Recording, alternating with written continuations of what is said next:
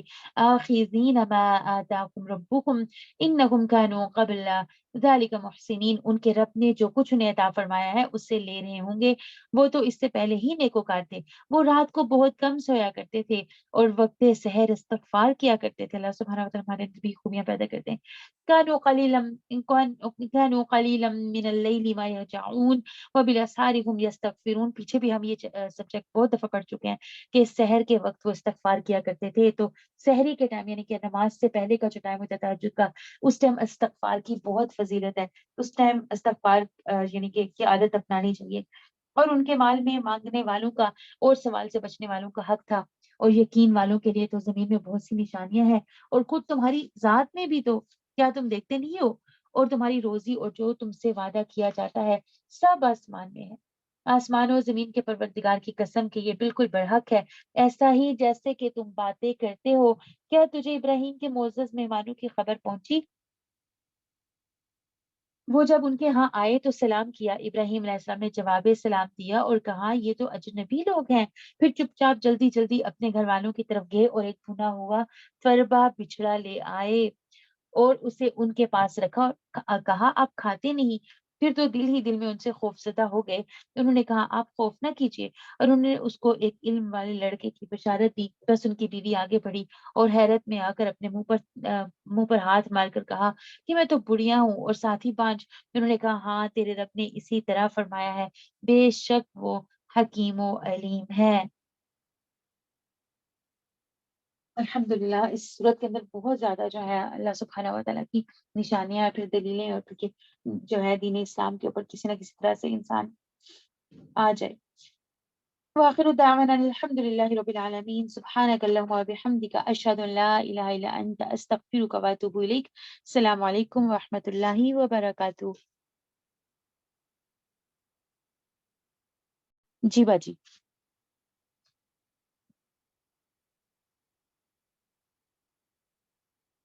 شمشاد باجی بات کریے.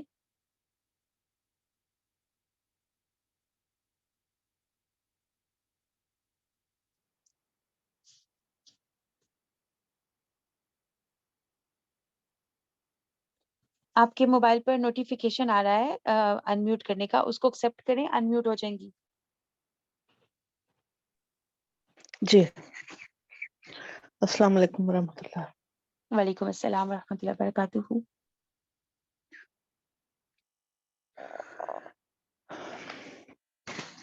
جی آج ہم نے 26 پارہ جو ہے اس کی تکمیل کی ہے. یہ سورہ الاحقاف سے شروع ہوتا ہے اور اس میں اس صورت میں بہت سارے ہمارے لیے سبق ہیں. تو خاص پوائنٹ جو ہے ان کو دیکھ لیتے ہیں. اس میں آیت نمبر 13 جو ہے اس میں اللہ تعالیٰ نے فرمایا ہے کہ ان الذین قالوا ربنا اللہ ثم استقاموا، یعنی اللہ تبارک تعالیٰ نے ثابت قدمی کی جو خوشخبری ہے وہ کس کو دی ہے کہ وہ جو اللہ تعالیٰ پر ایمان لے کے آتے ہیں اور اللہ کو اپنا رب مانتے ہیں تو اس پر استقامت اختیار کرتے ہیں. تو اللہ تبارک یہ آیت جو ہے وہ سورہ حامیم سجدہ میں 30 میں بھی یہ گزر چکی ہے تھوڑے سے فرق کے ساتھ. تو یہ کیا ہے کہ ثابت قدمی کے لیے ایمان کی پختگی ضروری ہے، اور جب پختہ جیسے جیسے ہمارا ایمان پختہ ہوتا ہے ہمارے لیے سارا کچھ کرنا، سارے جو نیک اعمال کرنا ہے جس میں نماز بھی آ جاتی ہے، باقی احکامات ہیں جیسے کہ نماز کے بارے میں ہم پڑھتے ہیں نا سورہ بقرہ میں ہم نے پڑھا کہ یہ ذرا مشکل کام ہے لیکن ان کے لیے نہیں ہے جو تقویٰ اختیار کریں. تو اسی طرح سے باقی جو اللہ تبارک تعالیٰ کے احکامات ہیں ان پر بھی عمل کرنا اس صورت میں آسان ہو جاتا ہے جب ہمارا ایمان مضبوط ہوتا ہے.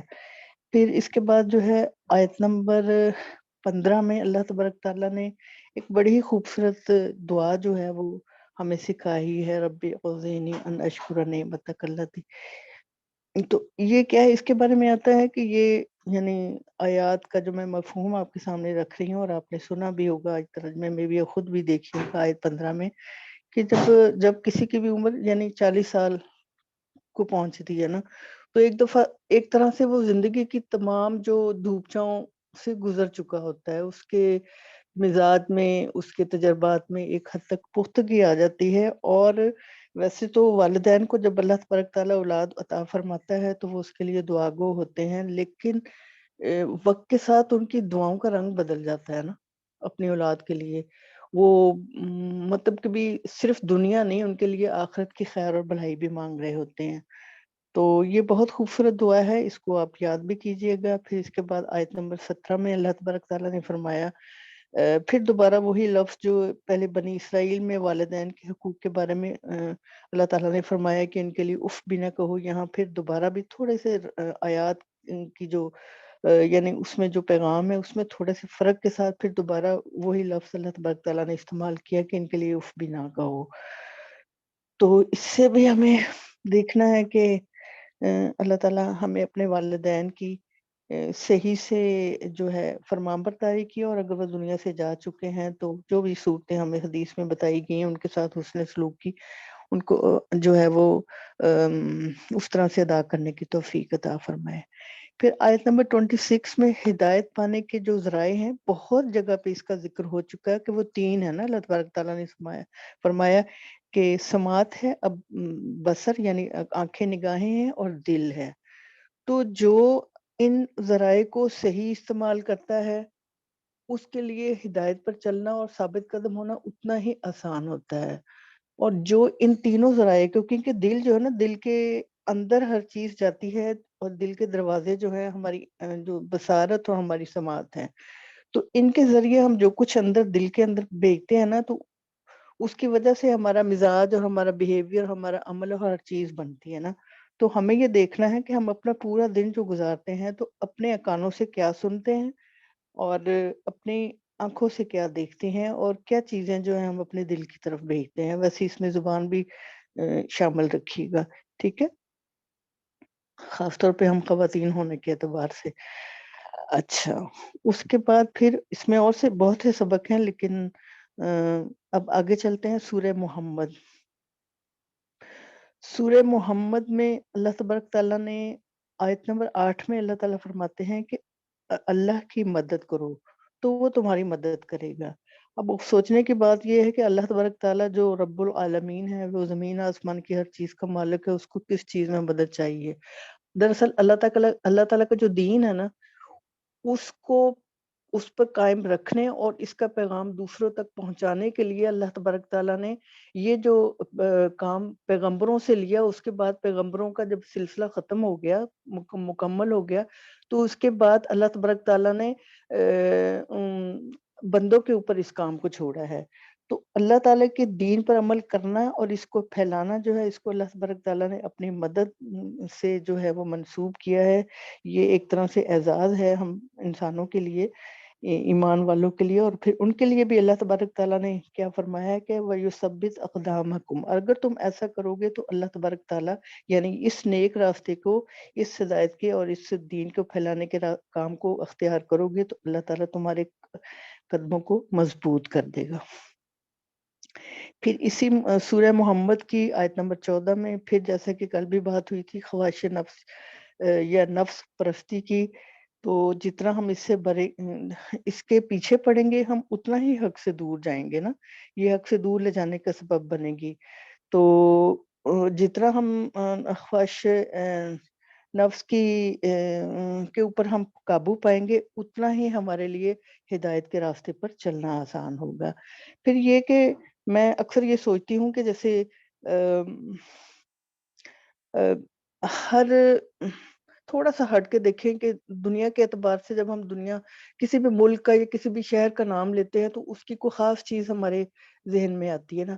میں اس کی چھوٹی سی مثال دوں گی کہ جیسے بارسلونا کے بارے میں میرا اپنا ذاتی ایکسپیرینس ہے کہ کسی کے بارے میں جن لوگوں نے جو بارسلونا میں رہتے نہیں ہیں لیکن کبھی کبھی وہ آئے ادھر، تو جب ان سے بات ہوئی کہ اچھا آپ گئے تھے تو آپ نے کیا دیکھا تھا، وہ کہتے ہیں جی ہم نے رملہ دیکھا تھا. یعنی ایک پاپولر چیز ہے اس شہر کی. تو اسی طرح ہر صورت جو ہے نا اس میں تمام آیات ہی اپنی جگہ پہ اہم ہوتی ہیں، لیکن ہر صورت کی میں نے تو کوئی خاص نشانی بنائی ہوئی ہے. جیسے سورہ محمد کا نام جب میں لیتی ہوں تو میرے ذہن میں جو ہے جو 4 نہروں کا ذکر ہے نا اس میں آیت نمبر 15 میں، دودھ کی نہر، شراب کی نہر اور شہد کی نہر اور پانی کی نہر. اور خاص طور پہ اس ترتیب کو اگر ہم دیکھیں تو اس میں اللہ تبارک تعالیٰ نے جب ان کی نہروں کا ذکر کیا ہے اور اس میں پانی کی نہر کا ذکر سب سے پہلے ہے. یعنی جتنے بھی مشروبات ہوں، جو تسکین ہمیں پانی پینے سے ملتی ہے وہ کسی اور چیز سے نہیں ملتی. اور تخلیق کا جو کہنا چاہیے بنیادی ذریعہ جو ہے وہ بھی پانی ہے.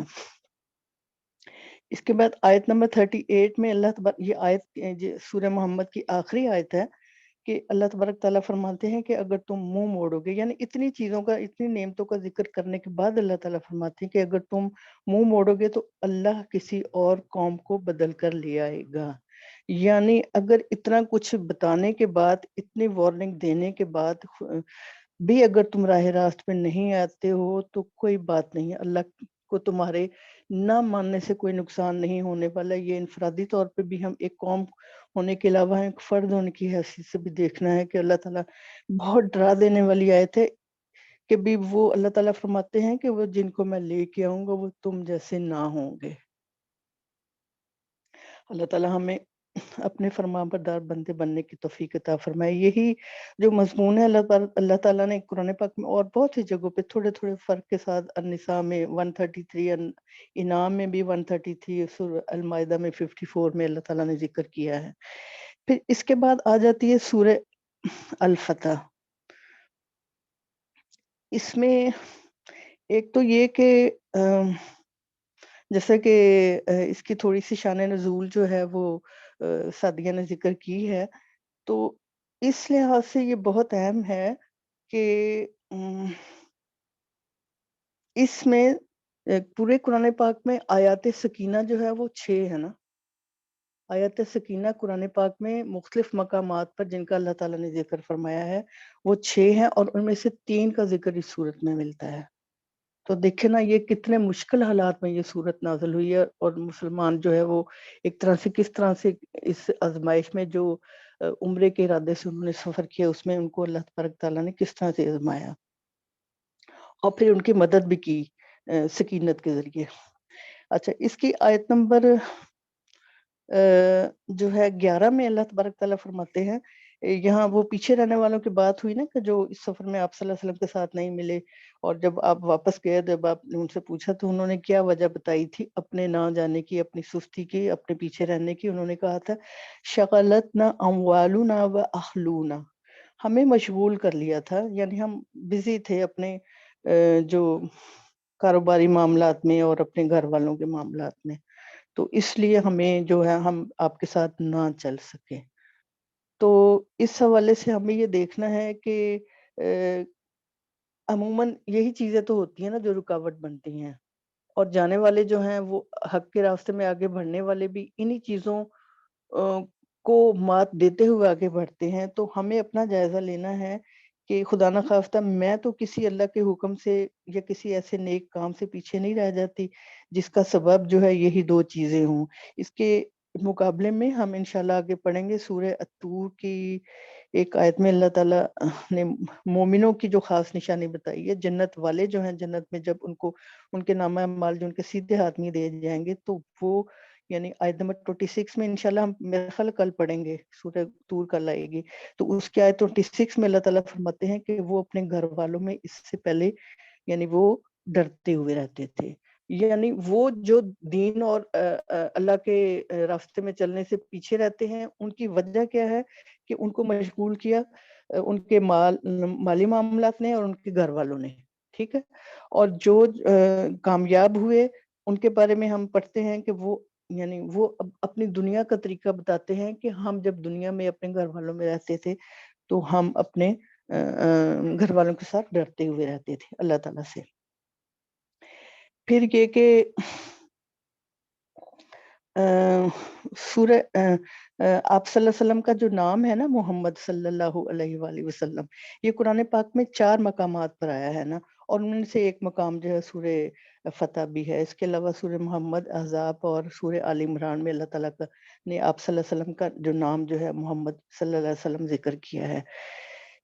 پھر یہ کہ اس کے آخری آیات جو ہے بہت ہی خوبصورت ہیں. اس شارٹ ٹائم میں ان کی کوئی تفصیل جو ہے وہ اس کو ڈسکس نہیں کیا جا سکتا. اس میں آپ صلی اللہ علیہ وسلم نے آپ صلی اللہ علیہ وسلم کے اتباع کرنے والوں کی نشانیاں جو ہیں بتائی گئی ہیں، اور اس کے علاوہ بھی کچھ چیزیں ہیں بالکل آخری آیات میں. اچھا، اس کے بعد سورہ الحجرات آ جاتی ہے.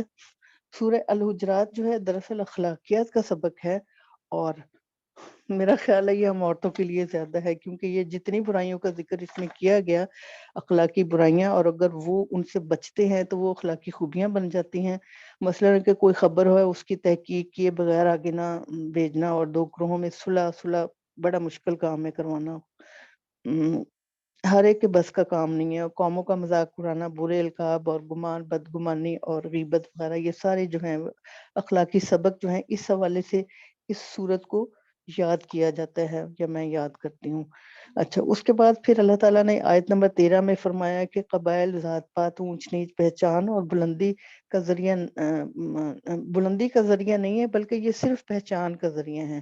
لیکن اللہ تعالیٰ کے نزدیک سب سے بیسک جو اصل معیار جو ہے وہ انسانوں کا جو تقوی ہے.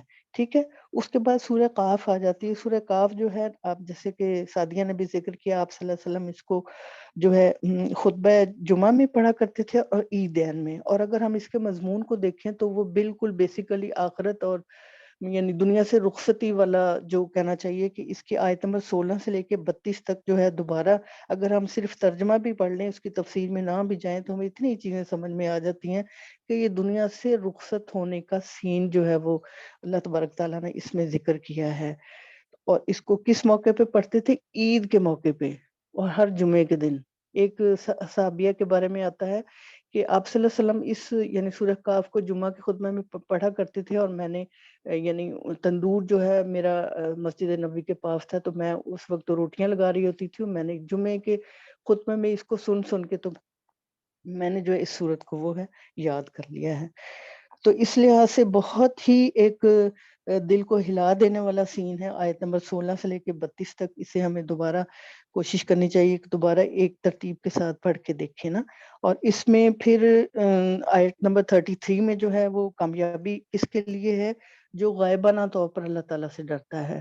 یعنی یہ ساری چیزیں جو اللہ نے ذکر کی ہیں، اس وقت کے آنے سے پہلے جس نے اس وقت کی تیاری کی، اللہ تبارک تعالیٰ فرماتے ہیں کہ صرف وہی لوگ کامیاب ہیں. اور اس کے لیے پھر جتنی اللہ تعالیٰ کے یعنی اس راستے میں ثابت قدم ہونے کے لیے جس طرح یعنی اللہ کی کتاب اور دین کے ساتھ جڑ کر چلنے کی ضرورت ہے، تو اس طرح چلنے والوں کو لوگ پھر دیوانے ہی کہتے ہیں. ہر دور میں ان کو دیوانے ہی کہا جاتا ہے کہ اب یہ کہاں سے کہاں دنیا پہنچ گئی اور یہ کیا کر رہے ہیں. تو ان باتوں پہ اللہ تبارک تعالیٰ کیا فرماتے ہیں کہ لوگوں کی باتوں پر صبر کرو اور صبح شام اللہ کا ذکر کرو. پھر یہ کہ الذاریات آگے آ جاتی ہے صورت. اس میں قیامت کے بارے میں مختلف اللہ تعالیٰ نے اس کی آیت نمبر 8 میں اللہ تعالیٰ فرماتے ہیں کہ قیامت کے بارے میں لوگوں کے جو خیالات ہیں بالکل مختلف ہیں. اور اس کے لحاظ سے ہم بھی دیکھیں کہ آج کل ہم ذرا کسی سے آخرت، جنت، دوزخ اور قبر کے بارے میں بات کر کے دیکھیں تو ہمیں بھی آج کے دور میں بھی جو ہے ہماری کم علمی کی وجہ سے نا ہمیں عجیب باتیں ہی سننے کو ملیں گی. تو یہ آیت کچھ آج کے دور میں بھی کچھ پرانی نہیں ہوئی، نہ آئندہ ہوگی. اس کے بعد آیت نمبر 17 میں اللہ تعالیٰ نے آخرت پر یقین رکھنے والوں کی نشانیاں بتائی ہیں کہ وہ قیام لیل کرتے ہیں، صبح کا استغفار کرتے ہیں، اور ان کے مال میں محروم کا حصہ ہے اور سوال کرنے والوں کا. اور پھر آیت نمبر 21 پہ جتنا بھی غور کریں، جس میں اللہ تعالیٰ نے فرمایا کہ تمہارے اپنے وجود کو اگر تم دیکھو تو اس میں بھی اتنی نشانیاں ہیں جو تمہیں حق پہچاننے میں مدد دے سکتی ہیں. اپنی ذات یعنی سر سے پاؤں لے تک ہم اگر اپنے وجود کے اوپر بھی غور کریں تو اتنی نشانیاں ہیں کہ وہ ہمیں دنیا کی حقیقت بھی بتا دیتی ہیں، ہمیں اپنی حقیقت سے بھی آشنا کرتی ہیں. جزاک اللہ خیر. جزاک اللہ خیر باجی، جزاک اللہ خیر.